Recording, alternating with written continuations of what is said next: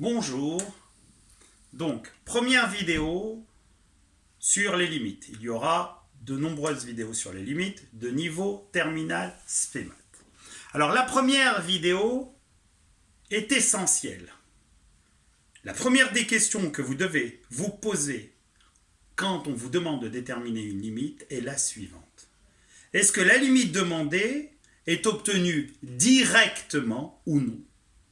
Pour information, dans le cas où la limite n'est pas directe, n'est pas immédiate, c'est-à-dire ne nécessite pas de calcul, de raisonnement, on dira que c'est une forme indéterminée. Alors, on va reprendre, opération par opération, présenter les cas où la limite n'est pas directe. Alors, quand je dis opération par opération, plus précisément, on va d'abord, dans un premier temps, traiter la limite d'une somme de fonctions, puis la limite d'un produit de fonctions, puis la limite de l'inverse d'une fonction, et finir par la limite du quotient de fonction. Alors, pour commencer, intéressons-nous à la somme. Alors, précisément, le problème est le suivant. On a deux fonctions.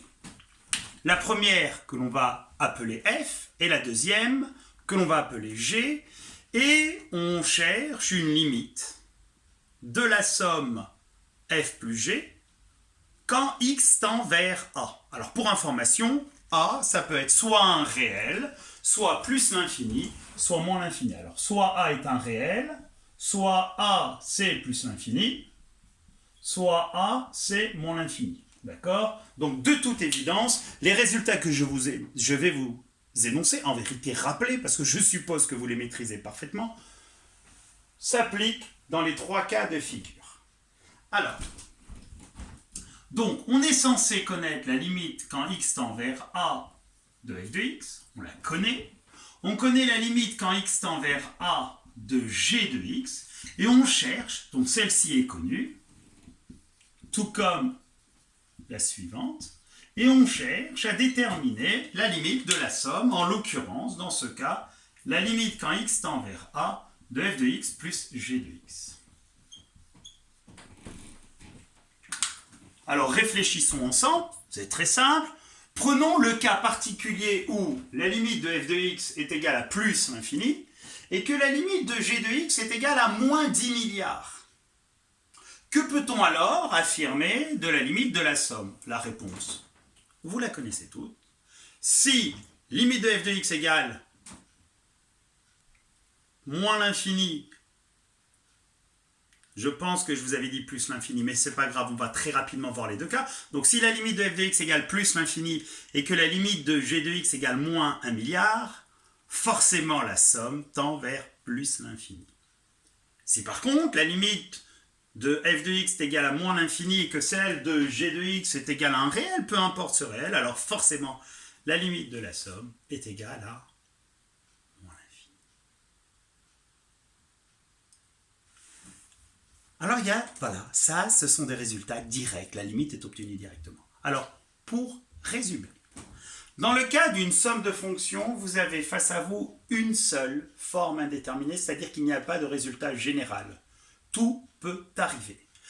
Le seul cas d'indétermination au cours d'une somme, c'est si l'une des deux tend vers plus l'infini et que l'autre tend vers moins l'infini. Donc précisément, si f de x a pour limite plus l'infini et que g de x a pour limite moins l'infini, alors on ne peut rien affirmer directement de la limite de la somme f de x plus l'infini. Donc une des deux, peu importe que ce soit la première ou la deuxième.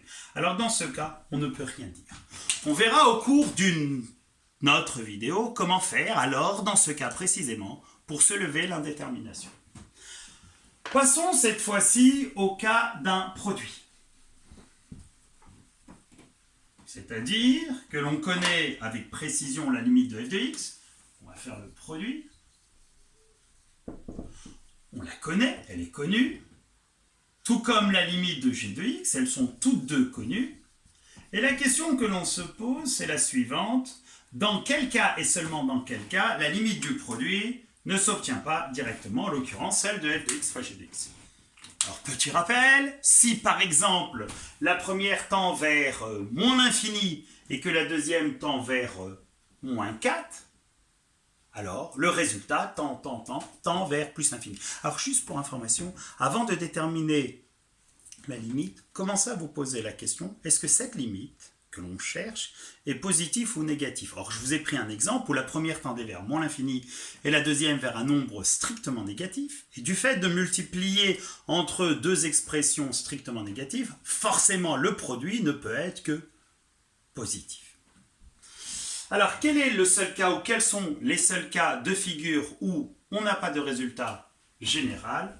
Vous le connaissez tous, je vous le rappelle, c'est que l'une des deux, peu importe laquelle, tend vers 0. Juste pour information, tendre vers 0 ne signifie à aucun moment être égal à 0. On peut tendre vers 0, c'est-à-dire se rapprocher de 0, ça c'est 0, sans forcément atteindre cette valeur. Et que la deuxième tend vers l'infini, alors que ce soit plus ou moins l'infini. Alors dans ce cas, pas de résultat général. On verra dans une autre vidéo comment soulever l'indétermination.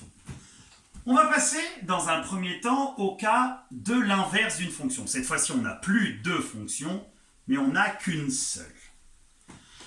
Alors cette histoire d'inverse est essentielle parce qu'elle est réinvestie dans le cas d'une limite d'un quotient. Alors, donc je vais peut-être plus insister sur l'inverse. Juste pour information, de nombreux élèves confondent à ce jour inverse et opposé. Donc petit rappel, si je considère le nombre L, son opposé est moins L, parce que par définition, deux nombres sont dits opposés lorsque leur somme est égale à 0. Alors qu'ils sont dits inverses quand leur produit est égal à 1. Raison pour laquelle 0 n'a pas d'inverse, parce qu'aucun nombre multiplié par 0 ne donne 1, et que dans le cas où L est différent de 0, l'inverse de L est 1 sur L, alors que l'opposé de tout réel L est moins L. C'était juste un petit rappel. Alors que faut-il savoir? On connaît la limite de f de x, celle-ci est connue. Elle est connue. Et on cherche alors à déterminer la limite de l'inverse, à savoir de 1 sur f de x. Et bien on va voir précisément, tout de suite, rapidement, qu'il n'y a pas de forme indéterminée, c'est-à-dire que tout, et dans tous les cas de figure, si la limite de f de x est connue, alors il en est de même pour la limite de 1 sur f de x. Je vais vous demander de ne rien apprendre par cœur, je vais juste vous demander de maîtriser parfaitement ce que je vais faire, c'est-à-dire une interprétation graphique. Alors regardez, vous avez sous les yeux, ici, la courbe représentative d'une fonction, il me semble, maîtrisée par tous. Donc ici, vous avez la courbe représentative de quelle fonction? De la fonction inverse. Donc c de g, où g de x égale 1 sur x. Et maintenant, on va essayer d'interpréter des résultats.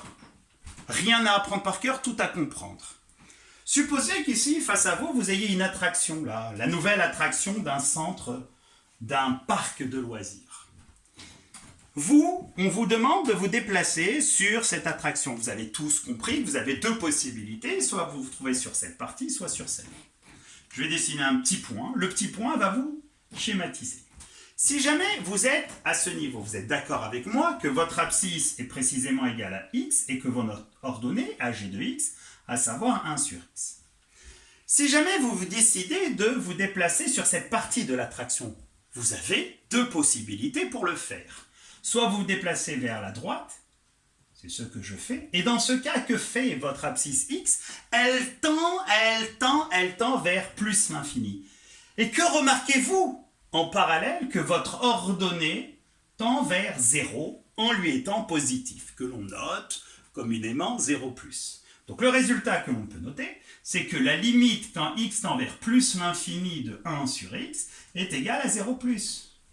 Ce qui signifierait que si f de x a pour limite, peu importe, quand x tend vers n'importe quelle valeur, a réel ou infini, plus l'infini, alors 1 sur f de x tendra vers 0+.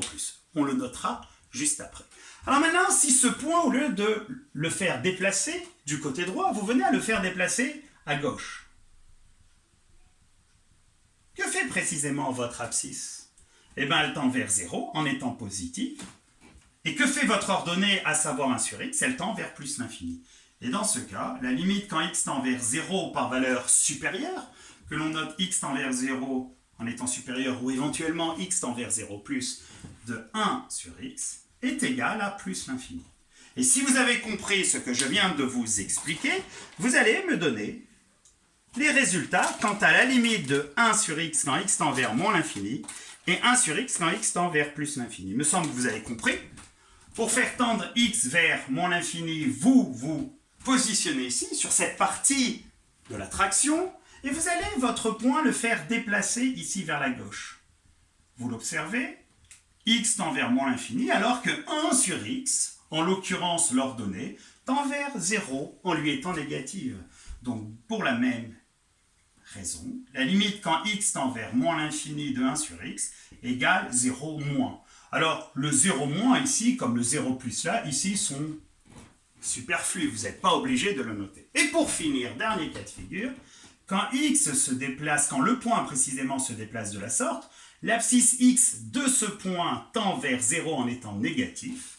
Donc la limite quand x tend vers 0 par valeur inférieure, à savoir 0 moins de 1 sur x, la limite c'est moins l'infini. Alors tout ça pour vous dire, et ça ne sort pas de là. C'est un moyen mnémotechnique, vous n'avez pas le droit de l'écrire sur une copie, vous avez juste le droit de vous en souvenir pour l'utiliser au cours d'exercice. L'inverse de 0+, c'est plus l'infini. Ce qui ne veut en soi rien dire. L'inverse de 0-, c'est moins l'infini.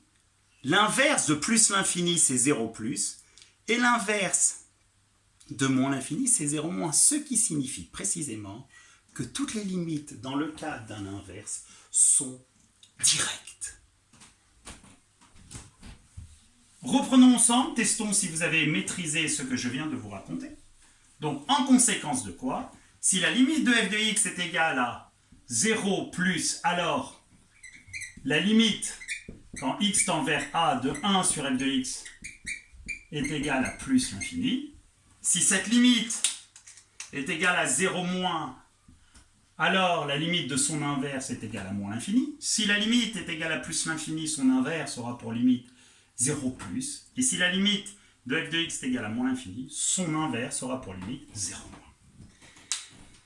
Et grâce à ça, on va déterminer les limites d'un quotient.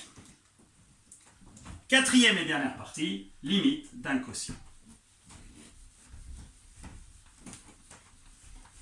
Donc, on reprend. Dans le cas précis du quotient, la limite de f de x est supposée connue, de même que celle de g de x. Elles sont toutes deux connues. Et l'objectif étant de déterminer dans quel cas la limite du quotient, à savoir celle de f de x sur g de x, est immédiate ou non, est directe ou non. Alors juste pour rappel, si vous avez souvenir d'un résultat utilisé à maintes reprises en classe de 3e, qui s'énonce de la manière suivante, allez avec moi, même si je ne vous entends pas, divisé par un nombre non nul revient précisément à multiplier par son inverse. Ce qui signifie, dans ce cas précis, que si vous venez à effectuer f de x sur g de x, cela revient précisément au même dans le cas où g de x est différent de 0. Je vous rappelle que tendre vers 0 ne signifie pas prendre la valeur 0, que f de x sur g de x est égal à f de x fois 1 sur g de x. Donc au final, avoir des informations sur un quotient, elles sont immédiates si les informations sur le produit et sur l'inverse sont maîtrisées. Or, dans un produit, on rappelle que les seules formes indéterminées sont 0 avec l'infini, plus ou moins l'infini, ou l'infini avec 0. Et dans ce cas, en maîtrisant les résultats sur l'inverse, il s'ensuit que les deux formes indéterminées d'un quotient sont 0 avec 0. Pourquoi ? Parce que si on a 0 pour f de x pour sa limite comme celle de g de x. Si g de x tend vers 0, 1 sur g de x, ou son inverse, va tendre vers soit plus l'infini, soit moins l'infini. On aura, dans un produit, 0 avec l'infini. Donc les deux formes indéterminées, 0 avec 0 et l'infini avec l'infini. Petit récapitulatif de tout ça. Résultat essentiel, vous avez une limite. Ne vous tracassez pas, c'est vrai que c'est un point qui n'est pas forcément bien maîtrisé par l'ensemble des élèves de terminale, même de bac plus 1 ou bac plus 2, même voire au-delà. Quand vous avez une limite, posez-vous la question. Posez votre stylo, mettez votre cerveau au travail. N'essayez pas de perdre votre temps après avoir écrit une demi-page de raisonnement pour vous dire « Ah, c'est une forme indéterminée ». Mais ce n'est pas l'objectif. L'objectif n'étant pas d'écrire c'est une forme indéterminée. L'objectif est de la déterminer, cette limite. Donc la première chose à faire, vous posez vos stylos, vous regardez la limite et vous vous dites « Ai-je affaire à une somme, à un produit, à un inverse ou à un quotient ?» Et dans le cas précis où j'ai affaire à un produit, un inverse, un quotient ou une somme, est-ce que je ne peux pas, par hasard, déterminer la limite directement? Les seuls résultats à connaître, c'est dans le cas précisément d'une somme, il y a une seule forme indéterminée. C'est le cas où l'une tend vers plus l'infini et l'autre vers moins l'infini. Dans le cas d'un produit, il y a à nouveau une seule forme indéterminée, c'est quand l'une des deux tend vers 0 et que l'autre tend vers l'infini, plus l'infini ou moins l'infini. Dans le cas d'un inverse, il n'y a pas de forme indéterminée. Et pour finir, dans le cas d'un quotient, il y a deux formes indéterminées. 0 pour l'une et pour l'autre, ou alors l'infini pour l'une et pour l'autre. Dans les autres vidéos, nous allons voir précisément comment peut-on soulever une forme indéterminée dans le cas particulier d'un polynôme, d'une fonction rationnelle, d'une fonction qui comporte un radical, d'une fonction qui comporte du cosinus ou du sinus, d'une fonction pour laquelle un changement de variable est utile, d'une fonction où la limite que l'on cherche est celle d'un taux de variation. Tout ça sera fait dans d'autres vidéos. Sur ce, limite directe ou forme indéterminée.